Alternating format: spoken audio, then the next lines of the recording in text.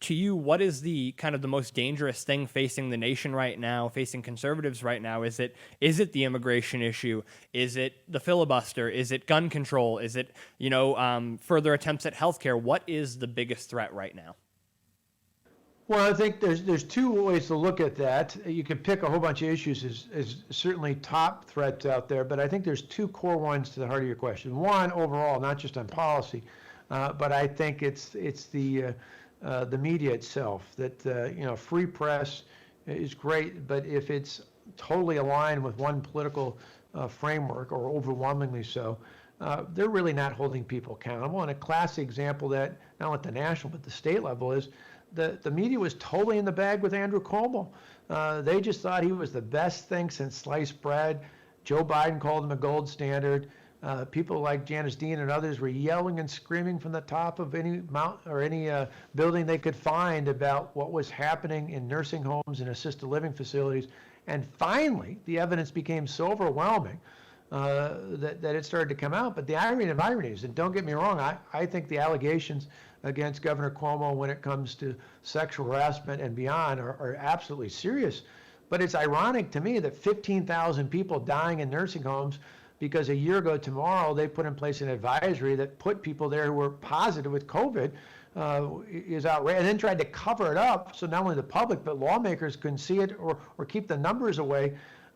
That alone should be a reason for him to leave, but it wasn't until these sex stories scared to come out that the media and in turn politicians started to pay attention. That's just a classic example of the disservice that happens when you're so in the bag for one political point of view that you just ignore the facts overall. So one, we need a better media. That's actually something that ties into our long game plan at Young America's Foundation, because we know that one of the best things, we're not going to take over CNN or the New York Times as conservatives, but we can train more people to be good investigative reporters, to really get to the heart of not just spending, but issues like this crisis of the nursing homes. And so we're going to be even more aggressive with our National Journalism Center there.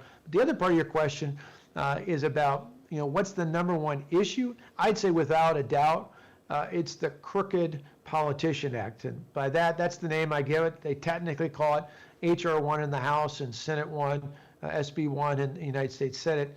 That should tell you everything you need to know about the left today. Their number one priority, the first bill that they've introduced, is a bill that's all about taking power for elections away from the states and putting it in the hands of politicians and the federal government.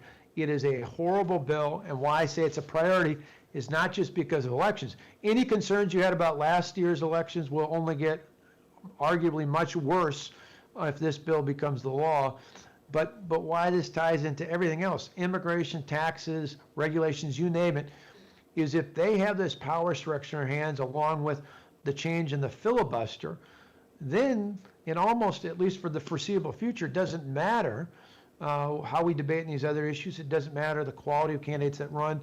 They will, almost like a third world nation, control the tools of the elections and make it nearly impossible to get any of these other things accomplished. And so that's got to be, I think, for anybody who cares about this personally, this is not YF's position, but personally, that's got to be a priority for all of us, particularly for people who live in states like West Virginia or Montana or Arizona or even New Hampshire, where there are Democrat senators there who are on the bubble about whether or not to end the filibuster or not, which will determine whether things like this go forward.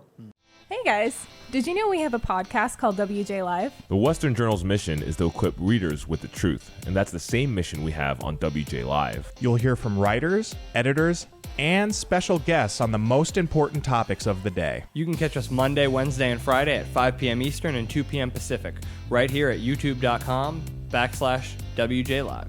While you're there, help us out by subscribing and hitting the bell so you don't miss any future episodes. See you there.